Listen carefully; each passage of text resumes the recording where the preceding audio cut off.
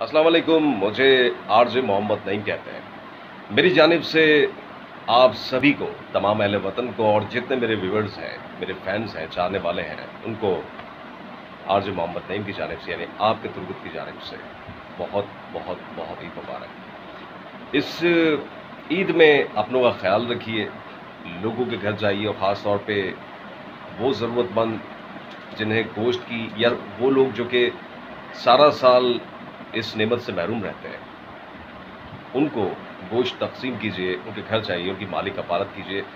क्योंकि ईद हमें ये दर्स देती है कि ना सिर्फ़ हमें अपने नफ्स का एहतिसाब करना है, बल्कि अपने अंदर छुपे उन बुराइयों को देखते हुए, उनको जाँचते हुए, उनको रेक्टिफ़ाई करने का भी मौका फ़राहम करता है। तो कोशिश कीजिए कि इस ईद पे जो लोग हैं, जो आपसे मुंसलिक हैं, जो रिश्तेदार हैं, जो अक़रबा हैं, वो इस नेमत से महरूम ना रह जाएँ।